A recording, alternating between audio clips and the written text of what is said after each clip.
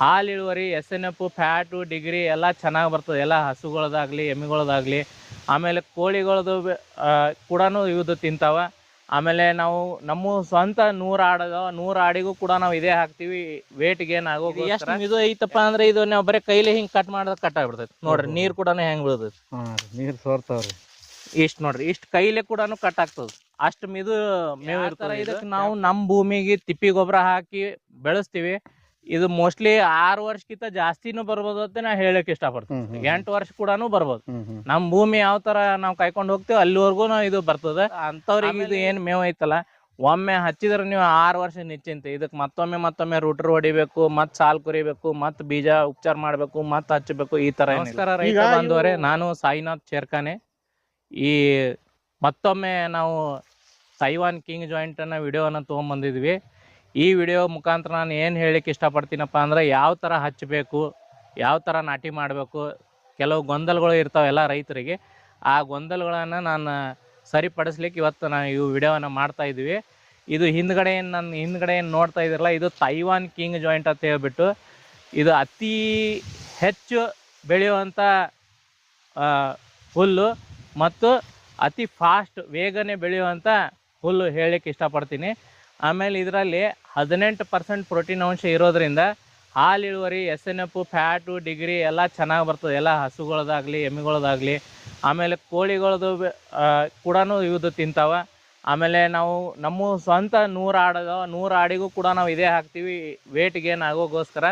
ಯಾಕಪ್ಪ ಅಂದರೆ ಇದು ಗೊಂಜಾಳ ಮತ್ತು ಕಬ್ಬು ಎರಡೂ ಕ್ರಾಸ್ ಇರೋದ್ರಿಂದ ಅತಿ ಬೆಸ್ಟ್ ಮೇವು ಅಂತ ನಾನು ಹೇಳಲಿಕ್ಕೆ ಇಷ್ಟಪಡ್ತೀನಿ. ಇದು ನೀವು ಹಿಂದ್ಗಡೆ ನೋಡ್ಬೋದು, ಇದರಲ್ಲಿ ಯಾವುದೇ ಥರ ಸುಂಕಿರಲ್ಲ, ಏನೂ ಇರಲ್ಲ, ಅತಿ ಗ್ರೀನ್ ಹಸರ್ಗಾರ ಇರುತ್ತೆ. ಆಮೇಲೆ ಸಾಲಿನ ಸಾಲು ನೀವು ಅಂತರ ನೋಡ್ಬೋದು. ನಾವು ಸಾಲಿನ ಸಾಲ 4 ಅಡಿ ಅಂತರ ಮಾಡಿದ್ವಿ. ಯಾಕಪ್ಪ ಅಂದ್ರೆ ಇದು 6 ವರ್ಷ ಇರುವಂಥ ಬೆಳೆ ಇರೋದ್ರಿಂದ ಇದಕ್ಕೆ ನಾವು ಮಧ್ಯದಲ್ಲಿ ರೂಟವೇಟರ್ ಅದು ಅಥವಾ ಕಲ್ಟಿವೇಶನ್ ಏನೇ ಮಾಡಲಿಕ್ಕೂ ಅನುಕೂಲ ಆಗುವಂಗೆ ನಾವು ಇದನ್ನು 4 ಅಡಿ ಸಾಲನ್ನು ಇಟ್ಟಿವಿ. ಇದಕ್ಕಿಂತ ಮುಂಚೆ ಹಳೆ ರೈತರು ಎಲ್ಲ 2 ಅಡಿಯಲ್ಲಿ ಮೇವನ್ನು ಹಚ್ತಿದ್ರು. ಬಟ್ ಈಗ ನಾವು ಹೊಸ ಪದ್ಧತಿಯಲ್ಲಿ 4 ಅಡಿಯಲ್ಲಿ ಮೇವು ಹಚ್ತಾ ಇದ್ವಿ. 4 ಅಡಿಯಲ್ಲಿ ಕೂಡ ನೀವು ಮೇವು ಹಚ್ಚಿದ್ರಂದ್ರೆ ಇಷ್ಟು ಇಳುವರಿ ಬರುತ್ತಿದ್ದು, ಇಳುವರಿಯಲ್ಲಿ ಏನೂ ಕಮ್ಮಿ ಆಗಲ್ಲ.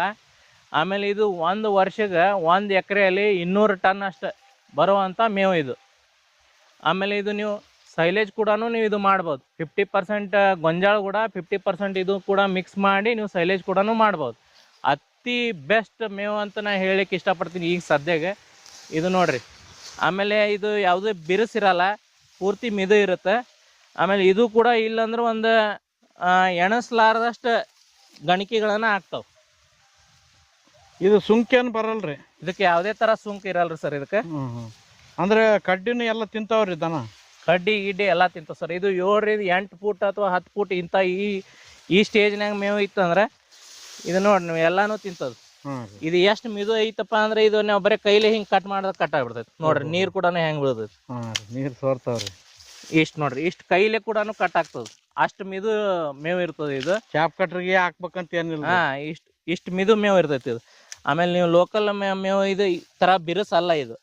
ಇಲ್ಲಿ ನೋಡ್ರಿ, ಈ ಥರ ಕಟ್ ಮುರಿದೇ ಬಿಡ್ತದೆ, ಇಷ್ಟು ಮಿದು ಇರ್ತೈತಿ. ಸರ್ ಇದು ನಾಟಿ ಮಾಡಿದ್ಮೇಲೆ ನೀರಿನ ನಿರ್ವಹಣೆ ಯಾವ ಥರ ಸರ್? ಸರ್ ಇದು ಫಸ್ಟ್ ನೀರು ಇದೇನು ನಾವು ಸಾಲನ್ನು ಹಾಕ್ತೀವಲ್ಲ, ಸಾಲು ಹಾಕಿದ ತಕ್ಷಣ ನೀರು ಬಿಡ್ಬೇಕು, ಹರಿ ನೀರು ಬಿಟ್ಟು ಕಡ್ಡಿಯನ್ನು ಚುಚ್ಬೇಕು. ಯಾವ ತರ ಸರ್? ಸಾಲಿನ ಸಾಲ ನಾವು 2 ಕಣ್ಣಿನ ಕಡ್ಡಿ ಕೊಡ್ತೀವಿ ಸರ್. ಅದು 2 ಕಣ್ಣಿಂದ ಅಡ್ಡನೆ ಹಚ್ಬೇಕು. ಅಡ್ಡನೆ ಯಾಕೆ ಹಚ್ಬೇಕು ಅಂತ ಹೇಳ್ತೀವಪ್ಪ ಅಂದ್ರೆ, 1 ಕಣ್ಣು ಉಸಿ ಹೋದ್ರೆ ಇನ್ನೊಂದು ಕಣ್ಣು ಇರ್ಬೇಕಂತ ಹೇಳಿ ನಾವು ಆ ಉದ್ದೇಶದಿಂದ 2 ಕಣ್ಣಿಂದ ಕೊಟ್ಟಿರ್ತೀವಿ. ಸೊ ಅದು ಅಡ್ಡ ಹಚ್ಬೇಕು. ಸಿಂಗಲ್ ಕಣ್ಣು ಇತ್ತಂದ್ರೆ ಅದು ಗೋಟ್ ಹಚ್ಬೇಕಾಗ್ತದೆ, ಅಂದ್ರೆ ಸ್ಟ್ರೇಟ್ ಆಗಿ ನಾಟಿ ಮಾಡ್ಬೇಕು. ಇದು 2 ಕಣ್ಣಿಂದ ಇರೋದ್ರಿಂದ 1 ಕಣ್ಣು ಉಸಿ ಹೋದ್ರೆ ಇನ್ನೊಂದು ಕಣ್ಣು ಇರ್ಬೇಕಂತೇಳಿ 2 ಕಣ್ಣಿಂದ ಕೊಟ್ಟಿರ್ತೀವಿ.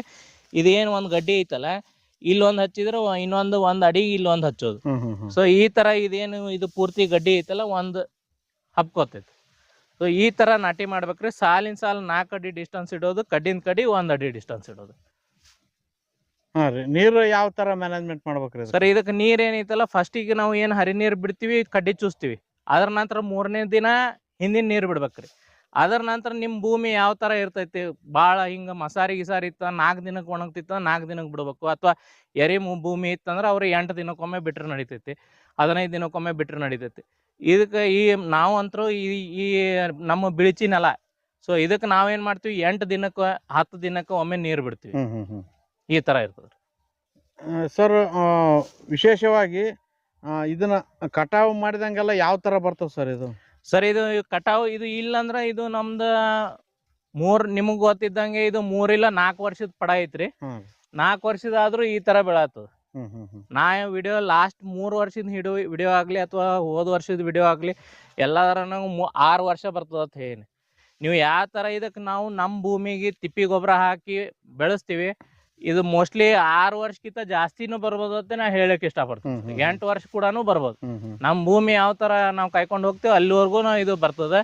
ಆಮೇಲೆ ಇದು ಇಳುವರಿ ಕಮ್ಮಿ ಆಗಲ್ಲ. 4 ಅಡಿ ಡಿಸ್ಟೆನ್ಸ್ ಇರೋದ್ರಿಂದ ಇಳುವರಿ ಏನೂ ಕಮ್ಮಿ ಇಲ್ಲ.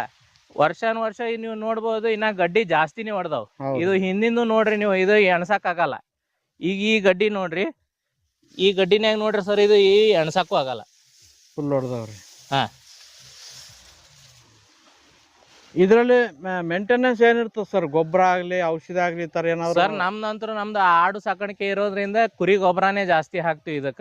ಈ ತರ ಯೂರಿಯಾ DAP ಇಂಥವ್ ಏನು ಬೆಳೆಸಲ್ರಿ ನಾವು. ಆಮೇಲೆ ಇದು ನ್ಯಾಚುರಲಿನೇ ಇದು ಇಷ್ಟು ಗ್ರೀನ್ ಬರ್ತೈತಿ. ಹಿಂಗ ಅಂದ್ರ ಅವು ಲೋಕಲ್ ಮೇವ್ ಇರ್ತಾವಲ್ಲ, ಆ ಲೋಕಲ್ ಮೇವ್ನೇ ಎಲ್ಲ ಹಳದಿ ಹೊಡಿತಾವ್ರಿ. ಇದು ಹಳದಿ ಹೊಡೆಯಲ್ರಿ ಇದು. ಮತ್ತ ಅದ್ರಾಗ ಬ್ಯಾಸಿಗೆ ರೀ, ಬ್ಯಾಸಿಗೆ ಟೈಮ್ನಾಗ ಈ ತರ ಅದ್ರಿ. ಇದು ಹಸಿರು ಗಾರ ಇರ್ತೈತಿ. ಮತ್ತ ಕೆಲವೊಬ್ರು ಕೇಳ್ತಿರ್ತಾರ ಬ್ಯಾಸಿಗಿನ್ಯಾಗ ಸುಂಕ ಬರ್ತೈತೇನಿ, ಇದು ಬರ್ತೈತೇನಿ. ನೀವು ನೋಡ್ಬೋದು, ಇದು ಬ್ಯಾಸಿಗಿನ್ಯಾಗ ಯಾವುದೇ ತರ ಸುಂಕಿಲ್ಲ, ಏನೂ ಇಲ್ಲ.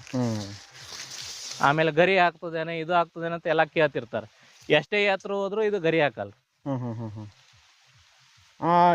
ಇದನ್ನ ಯಾವ ತರ ಕೊಡೋದ್ರಿ ದನಗಳಿಗೆ? ಸಂಪೂರ್ಣವಾಗಿ ಇದನ್ನೇ ಕೊಡೋದ, ಬೇರೆ ಮಿಕ್ಸ್ ಮಾಡಿ ಕೊಡೋದ? ಸರ್ ಆಕ್ಚುಲಿ ನೀವು ದನಗಳಿಗೆ ಯಾವ ತರ ಕೊಡ್ತೀರಿ ಅಂದ್ರೆ ಒಣ ಹೊಟ್ಟು ಕೂಡ ಕೊಡ್ಬೇಕಾಗ್ತದೆ. ಯಾಕಂದ್ರೆ ಕಣಿಕೆ ಆಗ್ಲಿ ಅದು ಆಗ್ಲಿ ಅವಾಗೆ ಫ್ಯಾಟ್ ಜಾಸ್ತಿ ಬರೋದು. ಅದ್ರ ಜೊತೆಗೆ ಹಸಿರು ಮೇವು ಅಂತ ಹೇಳಿ ನಾವು ಇದು ಯೂಟಿಲೈಸ್ ಮಾಡ್ಕೋತೀವಿ. ಎಲ್ಲದ್ರ ಜೊತೆಗೆ ಇದನ್ನು ಕೂಡ ಮಿಕ್ಸ್ ಮಾಡೇಬೇಕ್ರಿ.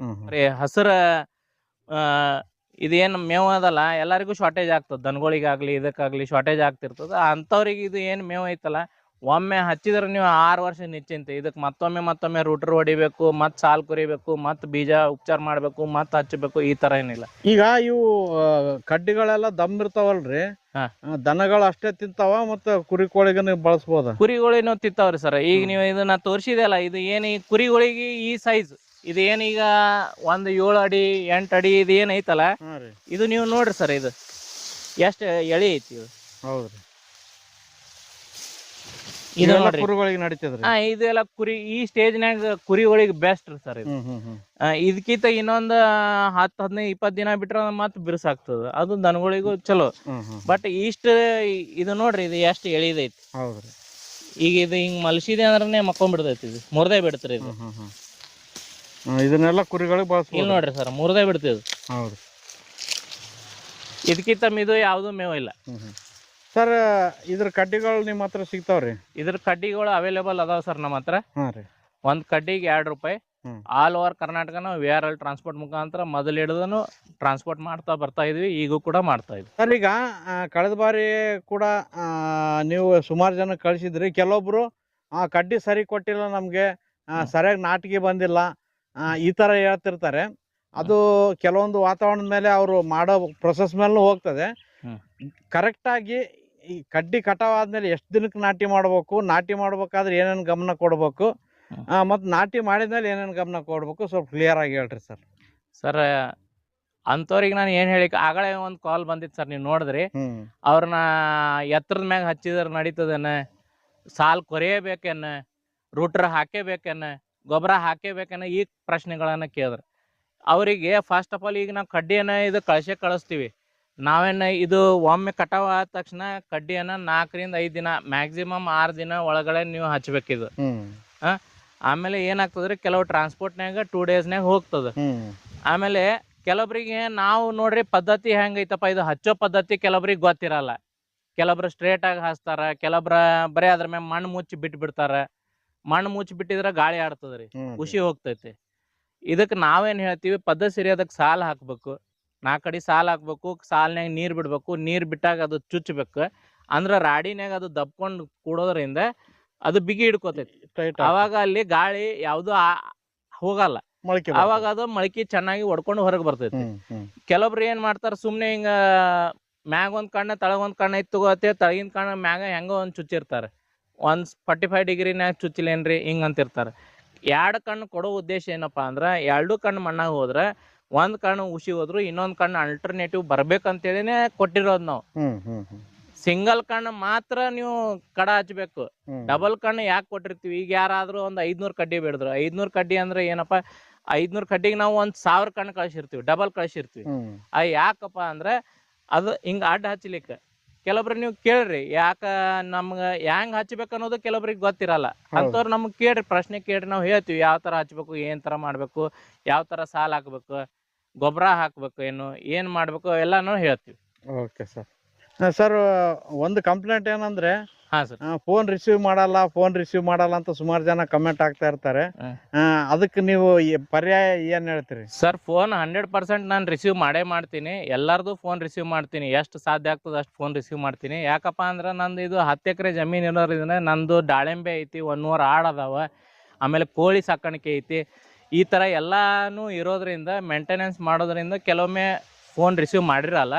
ಕೆಲವೊಮ್ಮೆ ಬೀಜ ಕಟಿಂಗ್ ಅಲ್ಲಿ ಇರ್ತೀವಿ, ಅಲ್ಲಿ ಒಂದು 7-8 ಲೇಬರ್ ಇರ್ತಾರೆ. ಈ ಥರ ಎಲ್ಲ ಲೇಬರ್ ಗೊಂದಲದಲ್ಲಿ ನಾನು ಕೂಡ ಇರ್ತೀನಿ. ಫುಲ್ ಡೇ ನಾನು ಮಾಡ್ತಿರ್ತೀನಿ. ಆಗೋಸ್ಕರ ಕೆಲವೊಮ್ಮೆ ಎತ್ತಿರಲ್ಲ. ಬಟ್ ನಾನು ಎಲ್ಲ ರೈತರಿಗೆ ಕ್ಷಮೆ ಕೇಳ್ಕೊತೀನಿ. ಎತ್ತಲಿಲ್ಲ ಅಂದ್ರೆ ಇನ್ನೊಮ್ಮೆ ಕೂಡ ಹಚ್ಚಿರಿ, ನಾನು ರಿಸೀವ್ ಮಾಡ್ತೀನಿ. ಆಮೇಲೆ ಇನ್ ಕೇಸ್ ನೀವು ಎಲ್ಲರೂ ಜೆನ್ಯೂನೇ ಇದ್ರಿ, ನಿಮಗೆ ಬೇಕಾಗಿತ್ತೆ ಅಂದ್ರೆ ನನಗೆ ನೀವು ಜಸ್ಟ್ ಮೆಸೇಜ್ ಮಾಡಿದ್ರು ಸಾಕು. ನಾನು ಈವ್ನಿಂಗ್ ಆಗಲಿ, ಸಾಯಂಕಾಲ ಆಗಲಿ, ಮಾರ್ನಿಂಗ್ ಆಗಲಿ, ನನ್ನ ಟೈಮ್ ಸಿಕ್ಕಾಗ ನಾನು ನೋಡಿಕೊಂಡು ಬೇಕಾದ್ರೆ ನಿಮಗೆ ರಿಟರ್ನ್ ನಾನು ಫೋನ್ ಕಾಲನ್ನು ಮಾಡ್ತೀನಿ. ಓಕೆ ಸರ್, ಥ್ಯಾಂಕ್ ಯು ರೀ ಸರ್. ಯಾಕಂದ್ರೆ ಕೆಲವೊಬ್ರು ನೋಡಿದ ಕೂಡಲೇ ಫೋನ್ ಮಾಡ್ಬಿಡ್ತಾರೆ. ಅವ್ರಿಗೆ ಕೆಲವೊಬ್ರು ನಂಬರ್ ಸೇವ್ ಮಾಡ್ಕೊಳಕ್ ಆಗಲ್ಲ. ಹಂಗಾಗಿ ಅವರು ಫೋನ್ ಎತ್ತಲ್ಲ, ಯಾವಾಗ ನೋಡಿದ್ರು ಆ ತರ ಈ ತರ ಹೇಳ್ತಿರ್ತಾರೆ. ಅದಕ್ಕೆ ಒಂದು ಕ್ಲಾರಿಟಿ ಇರ್ಲ ಅಂತ. ಇಲ್ಲ ಸರ್, ಫೋನ್ 100% ರಿಸೀವ್ ಮಾಡ್ತಾನೆ ಇರ್ತೀವಿ. ಫೋನ್ ಈಗ ನೀವು ಬೆಳಿಗ್ಗೆ ನೋಡಿದ್ರೆ ಯಾವುದು ಫೋನ್ ಮಿಸ್ ಮಾಡಿಲ್ಲ. ಫೋನ್ ರಿಸೀವ್ ಮಾಡ್ತೀನಿ, ಎಲ್ಲಾರ್ಗು ರೆಸ್ಪಾನ್ಸ್ ಮಾಡ್ತೀನಿ. ಬಟ್ ಕೆಲವೊಂದು ವಿಷಯ ಇಲ್ಲಿ ಬಂದಾಗ ಗೊತ್ತಾಗ್ತದೆ. ಈಗ 4-5 ರೈತರು ಬರಂಟ್ಲೆ ತಡ ಅವ್ರ ಜೊತೆಗೆ ಮಾತಾಡೋದು ಇರ್ತೈತಿ. ಈಗ ಅಷ್ಟು ದೂರಿಂದ ರೈತರು ಬಂದಿರ್ತಾರ, ಅವ್ರ ಜೊತೆಗೆ ಮಾಡೋದ್ರ ಫೋನ್ಗಳನ್ನೇ ಮಾತಾಡದೆ ಅಂದ್ರೆ ಈ ಬಂದವ್ರಿಗೆ ರೈತರಿಗೆ ಏನ್ ಅನ್ನಿಸ್ತದ, ಏನಪ್ಪಾ ಫೋನ್ ಹಚ್ಚಿದ್ರು ಮಾತಾಡಲ್ಲ, ಇಲ್ಲಿ ಬಂದ್ರು ಮಾತಾಡಲ್ಲ ಇವ ಅಂತೇಳಿ ಹಿಂಗ ಅವ್ರಿಗೊಂದು ಗೊಂದಲ ಆಗ್ತದ. ಅದಕ್ಕೆ ಇಲ್ಲಿ ಬಂದವ್ರಿಗೆ ಫಸ್ಟ್ ರೆಫರೆನ್ಸ್ ಕೊಡ್ಬೇಕಾಗ್ತದ, ಆಮೇಲೆ ನಾವು ಫೋನ್ ರಿಸೀವ್ ಮಾಡ್ಬೇಕಾಗ್ತದೆ. ಈ ಒಂದು ಸಿಚುವೇಶನ್ ಇರ್ತಾವ. ಬಟ್ ನಾ ಫ್ರೀ ಇದ್ದಾಗ 100% ಎಲ್ಲಾರ್ದು ಫೋನ್ ರಿಸೀವ್ ಮಾಡ್ತೀನಿ. Thank you sir, thank you. Okay, thank you sir.